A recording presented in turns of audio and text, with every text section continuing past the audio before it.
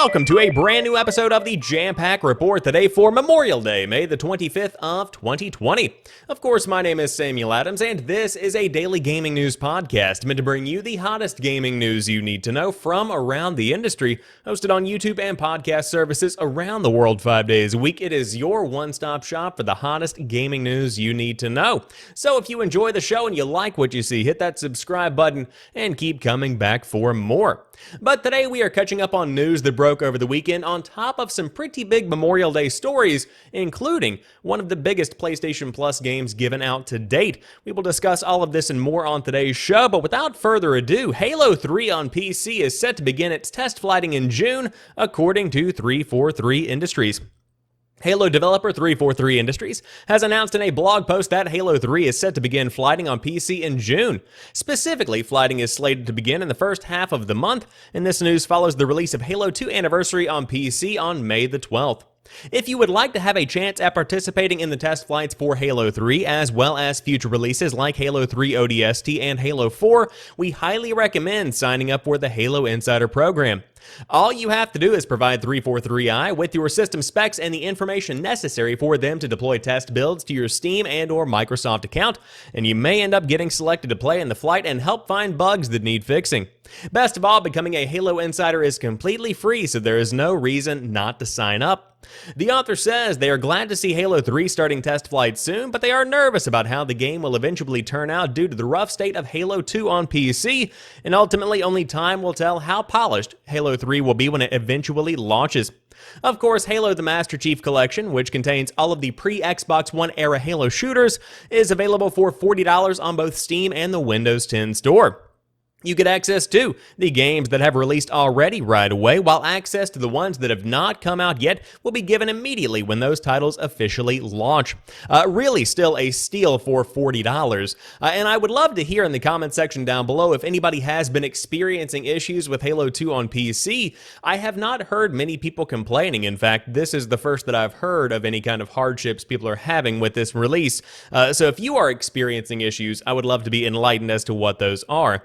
But Halo 3 is arguably one of the most influential first-person shooters of the past 20 years. Is that too big of a statement to make? Potentially, it depends on who you ask. But Halo 3, which launched in, I believe, 2007 alongside Modern Warfare, defined the next few years of first-person shooters and really kind of shaped the way the genre actually transitioned into what it has become today.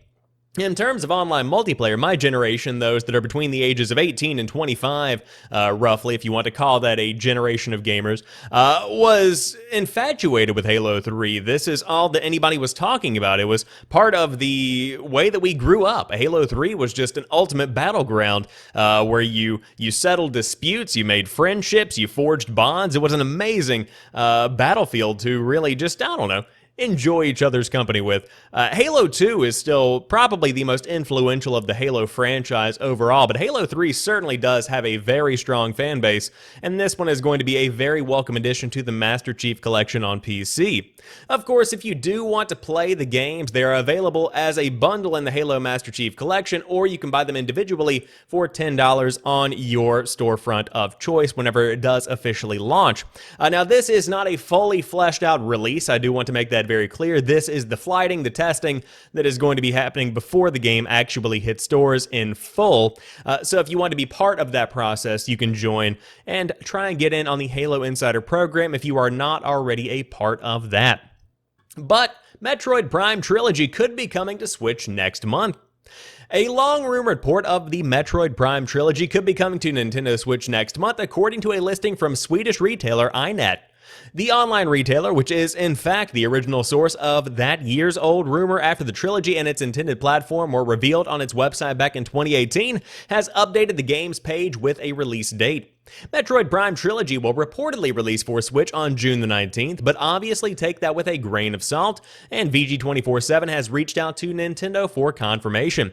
And there is a screenshot of the ordeal in question. I'll try and blow that up a bit for you. That looks like some official box art and whatnot going on there. But The retailer has not been the only source of the rumored Switch trilogy. Last year, Nintendo insider Kinzel, who has previously proven to be a reliable source of nifty Nintendo info, suggested the company was gearing up to reveal Metroid Prime Trilogy during its February Nintendo Direct. Alas, it did not come to pass. US retailer Best Buy also got tongues wagging when it posted a retail listing for the trilogy on its staff-only database, and the Metroid Prime Trilogy was originally released on GameCube, followed by a version on the Wii, and it was later remastered as a single package for Wii, with the GameCube titles getting motion controls added into the mix before receiving a digital re-released version on Wii U.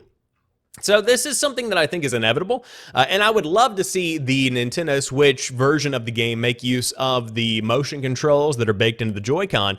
I think that definitely makes sense, and I hope that's something that is going to come to be. But again, this is nothing to really get on the calendar quite yet. Again, June the 19th is the supposed release date, and that very well could happen, but that is much less than a month away at this point. Again, this is May 25th when this news is breaking. Technically May 24th, so you have less than a month until the release of one of the biggest remastered trilogies on the Nintendo Switch, one that has been looked forward to for a very long time, almost as much as Metroid Prime 4. Do I dare say the name? I did. But it looks like this is going to be something that we get over the summer, and that certainly makes sense. And I am sure that the coronavirus pandemic has thrown a wrench in the marketing schemes of not only Nintendo, but many gaming companies over the course of the past few months. But hey, keep your ear to the ground, and of course you can stay tuned in to the Jampack report. I will let you know when the official release date is announced in full. But Heavy Rain, Beyond Two Souls, and Detroit Become Human are now listed on Steam. It's been almost a year since Quantic Dream got us weirdly excited by bringing the previously PlayStation exclusive adventure Heavy Rain to the PC by way of the Epic Games Store. And in what is almost certainly not a coincidence, it, along with Beyond Two Souls and Detroit Become Human, have now appeared on Steam. All three games are currently listed as coming soon, but Epic exclusives commonly last for a year, and if that holds here, and it certainly seems like it will, it means we can expect Heavy Rain to arrive on or near June the 24th, and Beyond Two Souls a month later. Detroit Become Human will presumably be a later kind of sooner, as it did not launch on the Epic Store until December the 12th. They will support Steam achievements, which is a nice bonus, and the Epic Store still does not support achievements, although they are in the up next category of the EGS roadmap, and cloud saves and possibly other storefront exclusive features. The listings say Steam is still learning about them. As Andy said ahead of Heavy Rain's arrival on the Epic Games Store last year on PC Gamer, Quantic Dream adventures are riddled with flaws but still undeniably unique experiences.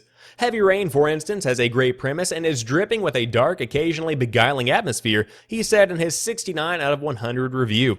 Nice. But the script is more akin to a Tommy Wiseau first draft. Detroit Become Human faces similar criticism. The production values are lavish, but it is still a game written by David Cage, as incapable of subtlety as ever. Fortunately, demos for Heavy Rain and Beyond Two Souls are available on Steam now, so you can get a feel for what they are all about without throwing any money around. And one for Detroit Become Human is presumably on the way as well. So, in the world of the Epic Games Store, it is slowly but surely being a more accepted part of the PC gaming space, but it still takes a backseat to Steam, and that's kind of how it's always going to be, at least in my humble opinion. So looking at Heavy Rain, Beyond Two Souls, and Detroit Become Human coming to Steam, this is somewhat of the third resurgence of the game, if you will, or the games, if you will, because you see, well, technically four for some of these titles, but Heavy Rain originally came out on the PlayStation 3, then it was ported to the PlayStation 4, and then it came to the Epic Games Store, and now it's coming to Steam, and a similar kind of situation happened with Beyond Two Souls, if I remember correctly. Now, Detroit Become Human is one of the more prominent PlayStation 4 exclusives, and it was of course ported to the Epic Games Store last year, late December, and so then you are going to be getting this game ported to Steam for its third refresh, if you will, and I suppose this is fine. I mean, technically they're all available now. I still don't have a problem with the Epic Games Store, and if you use something like the GOG launcher or perhaps even Discord, which I believe still has the feature to allow you to launch all of your games from one place, then you can actually just kind of ignore where you get your games from and just play them. That's kind of how I always did things whenever I was a PC gamer. Of course, I've kind of transitioned back into the console phase of things because it's so easy. You just boot it up and you're good. But all of that to the side, if you are a hardcore Steam fanatic, like I know many of you PC gamers are, you can check out Heavy Rain, Beyond Two Souls, and Detroit Become Human, which are presumably going to be rolling out between the next month and the next 6 months, depending on which one you are looking forward to. But speaking of console gaming, Call of Duty World War II is part of June's PlayStation Plus lineup. It is nearly the start of the month, which means it's about time for Sony to announce the new games coming to PlayStation Plus. Generally, the games launch on the first Tuesday of a new month, but this go around, Sony has a little surprise in store. Today, they announced that when you wake up tomorrow, you will already be able to download Call of Duty World War II. We don't yet know the other games coming, but this Memorial Day surprise is a great start to June's lineup. Call of Duty's jump back into the Second World War is not as well loved critically as some of the other recent COD entries. However, the multiplayer and zombie modes are definitely worth checking out if you have a PlayStation Plus subscription, and hopefully this is just a start of a big month for Sony. Some rumors are claiming Marvel's Spider-Man might be included as part of June's PS Plus lineup, but Call of Duty is big, but Spider-Man would be a huge addition to Sony's service. Of course, take all of this with a grain of salt, but considering marketing for the PlayStation 5 has to start up sooner or later, it might make sense to generate some goodwill with a massive game like Spider-Man. It's also worth remembering that Microsoft gives Xbox Game Pass subscribers every first-party title as part of the service, and the next round of console wars could come down to services rather than hardware. Thus, Sony might be setting the table to offer a similar way to get their titles in the players' hands. Again, none of this is anywhere close to confirmed. However, with big announcements coming soon from Sony, we will know much more about the PlayStation 5 and its services. But back to the story at hand, PlayStation Plus members can download Call of Duty World War II on May the 26th, with the full lineup being announced quote-unquote soon. So this was announced via a tweet this morning, and you can see it embedded here in the post. It seems like they're still ironing out the, I suppose, intricacies of this month's PlayStation Plus lineup, and Call of Duty World War II is the only one they had nailed down. I've heard it from people before that these games can kind of come together at the last second, depending on if paperwork is finished, etc., that kind of situation, and it seems like this might be one of those instances.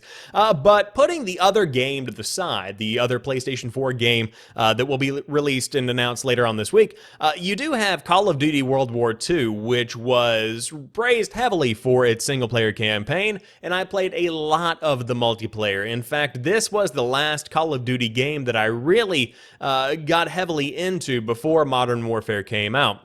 Now, of course, it's almost June 2020. I haven't played Modern Warfare on a regular basis in roughly about 3 months, but World War II really did capture my interest. The map lineup was pretty solid. The zombies, a little bit too intricate for me. They got really into the Easter egg kind of thing. I'm more of that Kino der Toten, I believe that's how you say that map. I like the good old-fashioned just shooting zombies instead of having to collect all these glowing supernatural things. But if you do want a AAA Call of Duty game, and one of the better ones at that, then dive in, check it out. You have nothing to lose. It's a PlayStation Plus game, so if you already pay to play online, you have access to one of the generation's best Call of Duty entries, so you might as well go ahead and give it a shot. And the campaign is very, very good. Not as good as like God of War or any of these other big PlayStation games, if we're talking about the PlayStation lineup, but it's still a solid entry in the Call of Duty franchise. But maybe you'll want to just get more information about The Last of Us Part 2. Good news, another state of play is on the way. You can get a preview of The Last of Us Part 2 this Wednesday. Hi all, says Sid Schumann, Senior Director, SIE Content Communications on the PlayStation blog. We are putting the finishing touches on a new episode of State of Play that will air this Wednesday, May the 27th at 1 p.m. Pacific Time, 4 p.m. Eastern Time on Twitch and YouTube. Naughty Dog Vice President and The Last of Us Part 2 director Neil Druckmann will give you a special preview of The Last of Us Part 2, coming to PS4 on June the 19th. Neil will walk you through details of the gameplay experience and story. The current cut is clocking in a little more than 20 minutes long, ending with an extended sequence showing off about 8 minutes of never-before-seen gameplay. And no, there won't be any PlayStation 5 news or updates in the episode, just a deep dive into the world of The Last of Us Part 2. So again, don't miss the Twitch and YouTube broadcast this Wednesday. We hope you can join us, says Mr. Schumann on the PlayStation blog. This was very shocking. I didn't expect a state of play specifically regarding The Last of Us Part 2 at all, because we just got one for Ghost of Tsushima.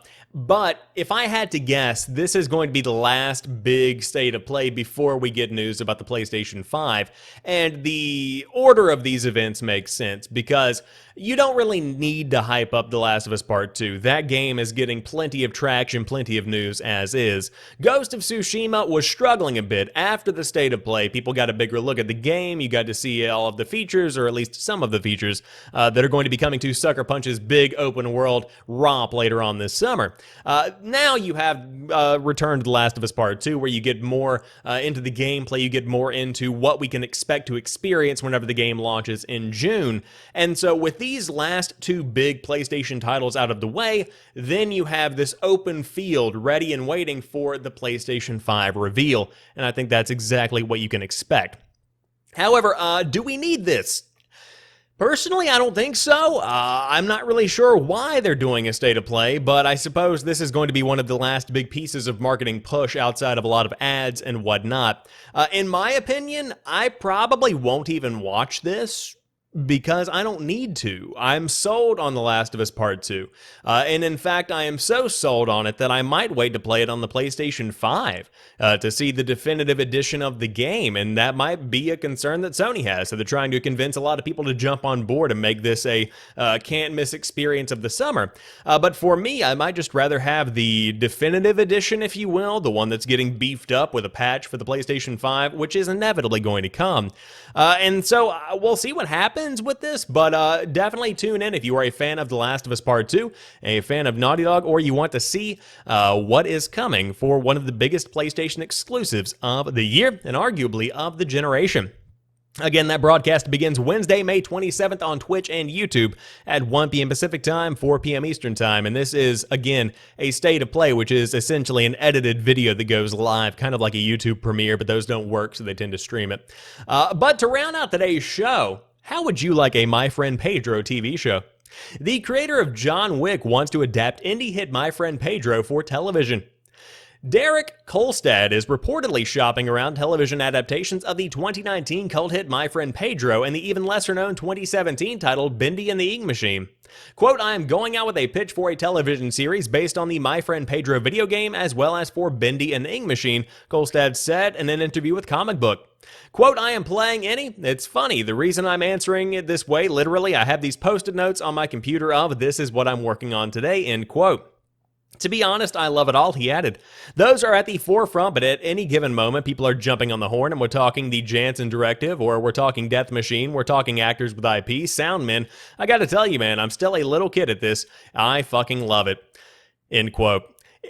Why is all of that relevant? Why do you add... okay, anyways. Back to another quote. If I can emulate and replicate any success I've had with John Wick elsewhere, I'm going to be that 11-year-old that snuck into an R-rated movie giggling. Described as a, quote, violent ballet about friendship and one man's struggle to obliterate anyone in his path at the behest of a sentient banana, My Friend Pedro launched last year and sold over 250,000 copies in its first week. The game was recently released on the PlayStation 4. Bendy and the Ink Machine, on the other hand, came out in 2017, a light horror game featuring Disney-style mascots from a fictional 1940s-era animation studio, which come to life and are bent on murder. Its developer, The Meadly, has since confirmed a large-scale sequel is in the works. With Kolstad confirming he is... What's the name? Kostlad? I've been screwing that all up. Never mind. With Kostlad confirming he is still in the pitching process, don't expect to see either adaptation on streaming services anytime soon. Likewise, you've got to wait a while for the next installment of John Wick. John Wick Chapter 4 is slated to hit theaters in 2022 if the world survives that long. Wow, getting dark over there at VG247. So I do want to go back. Derek Kolstad, not Klostad or whatever I was saying. I just want to say, again, I apologize whenever I mess up a name. I try and do my best, but I often fail. So, do we need a My Friend Pedro TV series or a Bendy and the Ink Machine TV series? Not necessarily. I could kind of see one behind Bendy and in my mind, if we can have a series around Death Note, you can probably do just about anything in this point. So the one that makes the more sense to me would be Bendy and the Ink Machine. I think that kind of lends itself to having some kind of horror element to it. You could do a Black Mirror style kind of situation where your drawings come to life in a modern animation studio. You could do something with that makes sense. But of course, I'm somebody who likes my fiction grounded in reality to some degree. So if you want to completely separate yourself from reality, you can do whatever you want, between the sentient banana murder of My Friend Pedro all the way to the strange animation studio of Bendy and the Ink Machine. You can totally make those happen, but it sounds like the, of course, man behind John Wick is going to try and make that happen. We'll see what happens, but if anybody can make My Friend Pedro into an action TV series, it's the guy that does John Wick. But that rounds out today's episode of the Jampack Report. If you enjoyed today's show, drop me a like down below and let me know what you think about everything we talked about here today. Are you looking forward to Halo 3 on PC? Would you pick up the Metroid Prime Trilogy? How do you feel about these big Quantic Dream games finally coming to Steam? Will you get Call of Duty World War II? And what do you think about the state of play coming in just a couple of days? I would love to hear your thoughts on that and more, but until tomorrow, you guys have a fantastic rest of your night. I will talk to you soon, and peace.